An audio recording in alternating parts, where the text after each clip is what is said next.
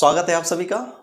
पिछली क्लास में हमने मध्य प्रदेश का सामान्य परिचय पढ़ा हुआ था, जिसमें हमने देखा था कि मध्य प्रदेश में कितने राज्य हैं, कितने संभाग हैं, मध्य प्रदेश राज्य का गठन कब हुआ, कितने वर्ग क्षेत्रफल पर मध्य प्रदेश राज्य विस्तृत है, इन सब चीज़ों की चर्चा की थी। ठीक है, जो आज की क्लास है उसमें हमें पढ़ना है मध्य प्रदेश की अवस्थिति, अर्थात ग्लोब पर इसकी जो लोकेशन है वो क्या है, अक्षांशीय और देशांतरीय विस्तार क्या है, उसके बारे में आज चर्चा करेंगे। परीक्षा की दृष्टि से यह जो टॉपिक है बहुत ही महत्वपूर्ण है। इससे संबंधित अधिकांश प्रतियोगी परीक्षाओं में प्रश्न पूछे जा चुके हैं, इसलिए जो आज की क्लास है उसको विशेष ध्यानपूर्वक पढ़ें। ठीक है, चलिए प्रारंभ करते हैं। मध्य प्रदेश की अवस्थिति के बारे में चर्चा करने से पहले कुछ बातें, कुछ तथ्य हैं, उनको समझिए। मध्य प्रदेश भौगोलिक दृष्टि से गोंडवाना लैंड का भाग है। मैंने बताया था पेंजिया था, पैंथालासा था। पेंजिया दो भागों में टूट गया था, विभाजित हुआ था। तो उत्तरी भाग लॉरेशिया या अंगारा लैंड, और जो निचला भाग था, दक्षिणी भाग था, वो था अंगारा लैंड। तो मध्य प्रदेश भौगोलिक दृष्टि से किसका भाग है?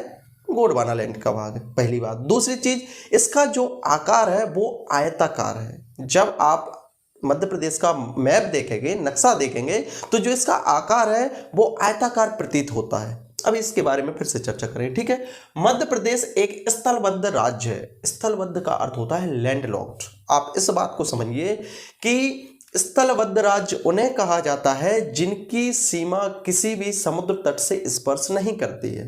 जैसे हरियाणा हुआ, तेलंगाना हुआ, छत्तीसगढ़ हुआ, मध्य प्रदेश हुआ। तो मध्य प्रदेश एक ऐसा राज्य है जिसकी सीमा किसी भी समुद्र तट से, ना अरब सागर से, ना बंगाल की खाड़ी से स्पर्श करती है। इसीलिए इसे कहा गया स्थलबद्ध अर्थात लैंडलॉक्ड राज्य। या हम कहें कि समुद्र तट से मध्य प्रदेश की जो दूरी है, निकटतम समुद्र तट से जो मध्य प्रदेश की दूरी है वो है 200 किलोमीटर।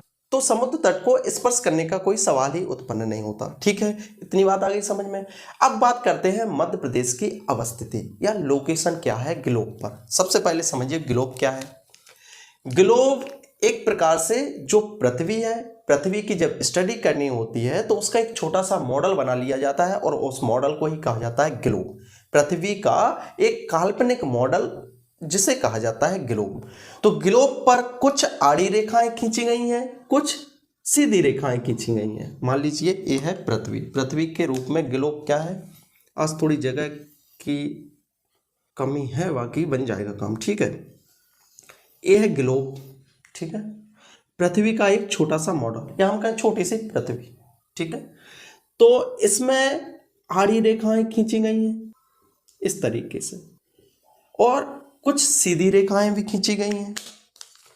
जो आड़ी रेखाएं हैं उन्हें कहा जाता है अक्षांशीय रेखाएं, और जो सीधी रेखाएं खींची गई हैं उन्हें कहा जाता है देशांतर रेखाएं।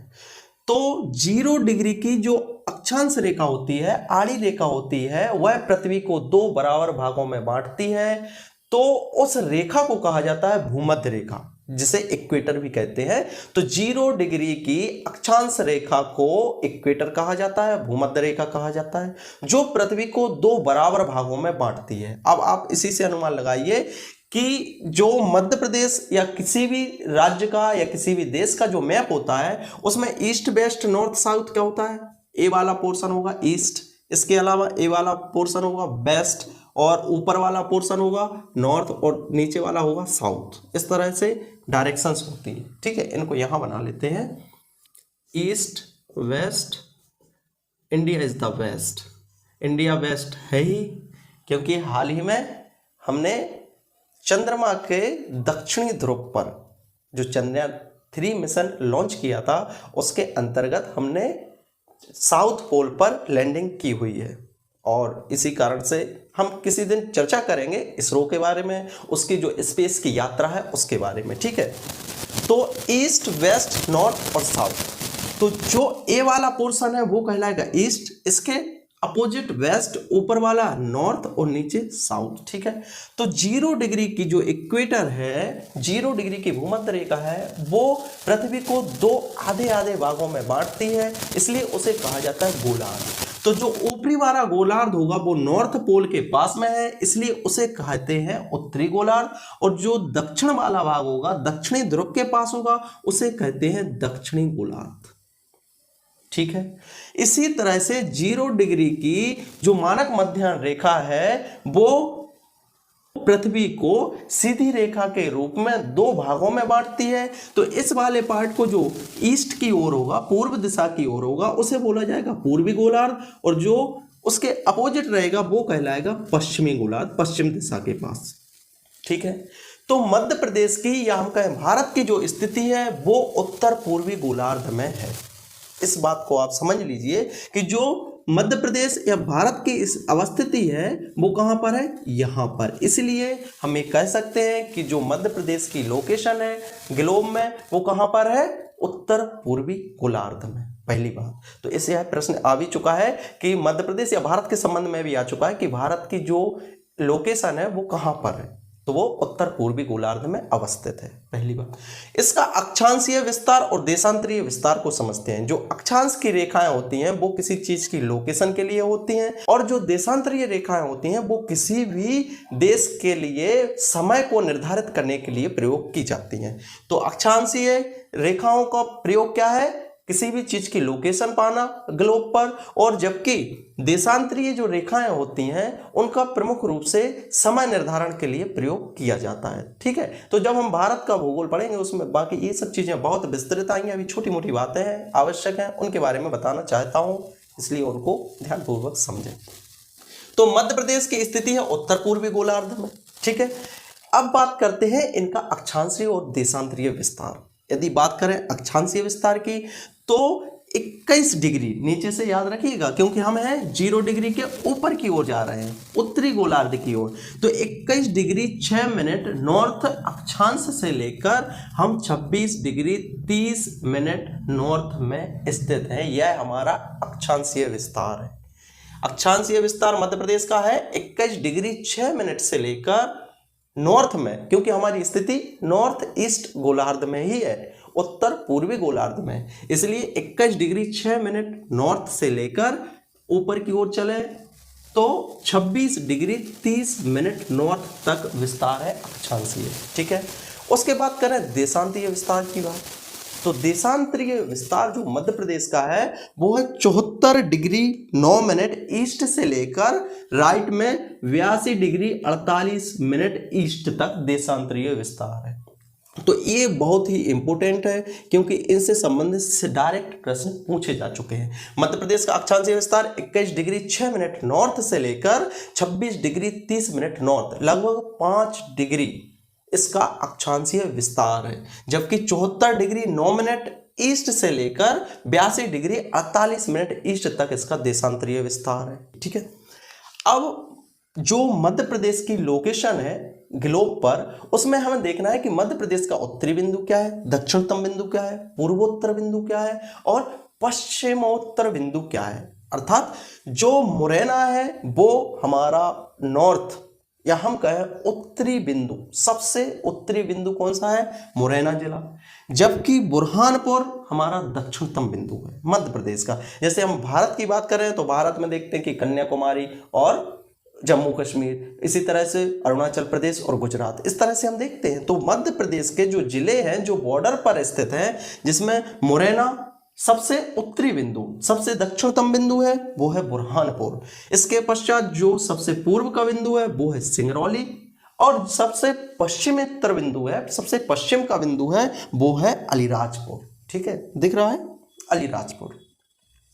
तो कभी कभी ऐसा भी आ जाता है कि मध्य प्रदेश के जो छोर पर स्थित जो बिंदु हैं, पूर्व में, पश्चिम में, उत्तर में, दक्षिण में, वो कौन कौन से हैं। तो पूर्व में सिंगरौली, पश्चिम में अलीराजपुर, उत्तर में मुरैना और दक्षिण में बुरहानपुर। अब मुरैना से लेकर बुरहानपुर तक, अर्थात उत्तर दक्षिण जो दूरी है राज्य की वो कितनी है, 605 किलोमीटर। इस बात को भी समझिए। आप 4 चीजें याद रखिए, 5, 6, 7, 8। ठीक है, 4 दिशाएं, नॉर्थ, ईस्ट, वेस्ट और साउथ। तो ईस्ट से वेस्ट, ईस्ट से वेस्ट सिंगरौली से लेकर अलीराजपुर की जो दूरी है वो है 870। अर्थात जो दूरियां बनेंगी वो 5, 6, 7, 8 इन्हीं 4 अंकों से बनेंगी। ठीक है। तो 870 किलोमीटर की दूरी है पूर्वी छोर से लेकर पश्चिमी छोर की। इसी तरह से उत्तरी छोर से लेकर दक्षिणी छोर की जो दूरी है वो है 605 किलोमीटर। ठीक है, 605 किलोमीटर और 870 किलोमीटर। इसलिए जो मध्य प्रदेश का आकार है वो आयताकार प्रतीत होता है, क्योंकि 870 और 605, तो एक भुजा आयत की 605 किलोमीटर लंबी है और एक है 870 किलोमीटर लंबी। ठीक है, ये हो गई प्रमुख बातें। अब बात करते हैं कि इसके जो पड़ोसी राज्य हैं वो कौन कौन से हैं और मध्य प्रदेश से कौन कौन सी रेखाएं गुजरती हैं जिनका विशेष महत्व है मध्य प्रदेश के संदर्भ में। सबसे पहले मध्य प्रदेश से गुजरने वाली जो रेखाएं हैं, अक्षांश रेखा और देशांतर रेखा, जो महत्वपूर्ण है उनके बारे में समझिए। मध्य प्रदेश में 23.5 डिग्री की एक रेखा गुजरती है जिसे कर्क रेखा कहा जाता है। जब आपने ग्लोब के बारे में अभी बताया था मैंने, तो उसमें 0 डिग्री की थी, उसे कहा जाता था भूमध्य रेखा। तो उसके ऊपर 23.5 डिग्री की उत्तरी ध्रुव में जो रेखा होती है उसे बोला जाता है कर्क रेखा, और जो दक्षिण में 23.5 डिग्री की होती है उसे बोला जाता है मकर रेखा। ठीक है, तो उत्तर में जो 23.5 डिग्री की कर्क रेखा है वो मध्य प्रदेश के 14 जिलों से पास आउट होती है, गुजरती है। यह प्रश्न आ चुका है और कई बार आ चुका है। ठीक है, तो कर्क रेखा जो यहाँ पर डॉटेड की गई है, आप इसको समझिए। तो 23.5 डिग्री की अक्षांशीय उत्तरी रेखा, नॉर्थ अक्षांशीय रेखा मध्य प्रदेश के 14 जिलों से गुजरती है। तो मध्य प्रदेश के कौन कौन से जिलों से गुजरती है, कितने जिलों से गुजरती है, इस बात को आपको विशेष तौर पर याद रखना है। ठीक है, तो कर्क रेखा 23.5 डिग्री नॉर्थ अक्षांश की रेखा है जो मध्य प्रदेश के 14 जिलों से गुजरती है। और जो 14 जिले हैं वो कौन कौन से हैं, सबसे पहले इनको याद करने का जो तरीका है वो समझिए। मध्य प्रदेश के 5 संभागों से गुजरती है, उज्जैन, भोपाल, सागर, जबलपुर, शहडोल। विशेष तौर पर याद रखिएगा। ठीक है, मध्य प्रदेश के कितने जिलों से गुजरती है, 14 जिलों से। मध्य प्रदेश के कितने संभागों से गुजरती है, वो है 5। ठीक है, मध्य प्रदेश के किस संभाग के सभी जिलों से गुजरती है, तो वो है भोपाल संभाग। भोपाल में कौन कौन सा आता है, सीहोर, रायसेन, विदिशा और राजगढ़, ये भोपाल संभाग में आते हैं। भोपाल संभाग में कौन कौन से जिले आते हैं, सीहोर, रायसेन, विदिशा और राजगढ़, और भोपाल तो आता ही है। तो भोपाल एक ऐसा संभाग है जहां से कर्क रेखा पूर्णतः गुजरती है। ठीक है, क्योंकि यह भी प्रश्न आ चुका है कि मध्य प्रदेश के किस संभाग के सभी जिलों से गुजरती है कर्क रेखा, तो कौन कौन से, भोपाल संभाग से। ठीक है, उसके पश्चात है उज्जैन, सागर, जबलपुर, शहडोल। सागर, जबलपुर, शहडोल के केवल एक जिलों से ही गुजरती है। सागर से गुजरेगी, दमोह से गुजरेगी, जबलपुर, कटनी, शहडोल, उमरिया। ठीक है, उसके पश्चात है उज्जैन। उज्जैन के रतलाम और आगर मालवा। आगर मालवा जब नहीं बना था, शाजापुर से अलग नहीं हुआ था, तो शाजापुर से निकलती थी कर्क रेखा, लेकिन वर्तमान में शाजापुर से नहीं, आगर मालवा से निकलती है। ठीक है, तो हो गए 14 जिले, उज्जैन, रतलाम, आगर मालवा। मैं मानचित्र पर देखिए, उज्जैन, रतलाम, आगर मालवा, उसके बाद भोपाल, सीहोर, रायसेन, विदिशा, राजगढ़, सागर, दमोह, कटनी, जबलपुर, शहडोल और उमरिया। ये जो 14 जिले हैं यहाँ से प्रमुख तौर पर कर्क रेखा गुजरती है। यह बहुत ही महत्वपूर्ण बात है। ठीक है, इसी तरह से एक मानक मध्याह्न रेखा है जो समय का निर्धारण करती है, जिसके द्वारा समय का निर्धारण किया जाता है। क्योंकि आप देखेंगे कि ईस्ट और वेस्ट, पूर्व और जो पश्चिमी छोर है ग्लोब के, तो उन पर जो समय का अंतर है बहुत अत्यधिक हो जाता है। कहीं पर यदि सुबह होती है, जैसे अरुणाचल प्रदेश में सुबह बहुत जल्दी हो जाती है, जबकि गुजरात में बहुत देर में सुबह हो पाती है। तो सूर्योदय और जो सूर्यास्त का अंतर है समय का, उसका निर्धारण किसी एक समय रेखा के द्वारा किया जाता है। उसे कहा जाता है मानक मध्याह्न रेखा, जो 82.5 डिग्री की है। मानक समय रेखा का जो निर्धारण है वो 82.5 डिग्री ईस्ट देशांतर द्वारा किया जाता है, और यह मध्य प्रदेश के केवल एक जिले से पास आउट होती है, गुजरती है, और वो एक जिला है सिंगरौली। एक ही जिले से निकलती है, वो है सिंगरौली। तो जो 82.5 डिग्री की मैंने देशांतर रेखा बनाई है पूर्वी गोलार्ध में 82.5 डिग्री ईस्ट की, वो मध्य प्रदेश के केवल एक ही जिले से गुजरती है, वो है सिंगरौली, और इसी के द्वारा समय का निर्धारण किया जाता है।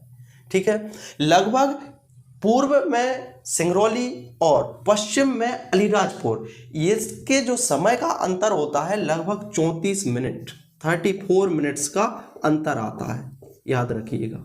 ठीक है, क्यों आता है? क्योंकि इनकी दूरी 870 किलोमीटर है। या हम कहें कितने डिग्री का अंतर है, तो आप अनुमान लगाइए कि 82 डिग्री और 74 डिग्री, लगभग 8 डिग्री का अंतर है। इसी कारण से यदि सिंगरौली में सुबह के लगभग 4:30 बजे है, 4:34 हुए हैं, तो यहाँ पर इससे 34 मिनट कम अर्थात 4 बजे होंगे। ठीक है, यह 34 मिनट का अंतर आता है सिंगरौली के समय में और अलीराजपुर के समय में। तो ये हो गई प्रमुख बात है। अब बात करते हैं कि इनके जो पड़ोसी राज्य हैं मध्य प्रदेश में, वो कौन कौन से हैं। मध्य प्रदेश के पड़ोसी राज्य प्रमुख तौर पर 5 हैं। कितने हैं? 5 पड़ोसी राज्य हैं, जिसमें सर्वाधिक जो सीमा टच होती है वो होती है उत्तर प्रदेश से। मध्य प्रदेश के लगभग मुरैना से लेकर सिंगरौली तक 13 जिले हैं जिनकी सीमा उत्तर प्रदेश से टच होती है। ठीक है, पहली बात, यह प्रश्न भी आ चुका है कि मध्य प्रदेश की सर्वाधिक जो सीमा है वो किस राज्य से स्पर्श करती है। तो मध्य प्रदेश के पड़ोसी राज्य कितने हैं? 5। कौन कौन से? उत्तर प्रदेश, छत्तीसगढ़, दक्षिण में कौन सा? महाराष्ट्र, फिर गुजरात और फिर राजस्थान। ये 5 राज्य हैं जिसमें सर्वाधिक जो जिलों से सीमा टच करती है, स्पर्श करती है, वो है उत्तर प्रदेश राज्य से। ठीक है, उत्तर प्रदेश तो वैसे ही बड़ा है, इसलिए मध्य प्रदेश के लगभग 13 जिलों की सीमा उत्तर प्रदेश से स्पर्श करती है। तो मुरैना से प्रारंभ करके सिंगरौली तक लगभग 13 जिलों की सीमा उत्तर प्रदेश से स्पर्श करती है। सिंगरौली से लेकर बालाघाट तक लगभग 6 जिलों की सीमा छत्तीसगढ़ राज्य से स्पर्श करती है। कितने जिले? 6 जिले, याद रखिएगा। 36 छत्तीसगढ़, तो छत्तीसगढ़ से समझ लीजिए 6, तो 6 जिले मध्य प्रदेश के हैं जो छत्तीसगढ़ से स्पर्श करते हैं। उसके बाद बालाघाट से लेकर अलीराजपुर तक मध्य प्रदेश के लगभग 9 जिले महाराष्ट्र की सीमा से स्पर्श करते हैं और अलीराजपुर, झाबुआ 2 मात्र जिले हैं जो गुजरात की सीमा से स्पर्श करते हैं। तो सबसे कम जो सीमा हमारी साझा होती है वो है गुजरात राज्य से, केवल 2 जिले, अलीराजपुर और झाबुआ। ठीक है, और जबकि सर्वाधिक उत्तर प्रदेश से। इसके पश्चात झाबुआ से प्रारंभ करेंगे, मुरैना तक लगभग 10 जिलों की सीमा किससे स्पर्श करती है? राजस्थान से। तो राजस्थान से मध्य प्रदेश के 10 जिले अपनी सीमा स्पर्श करते हैं।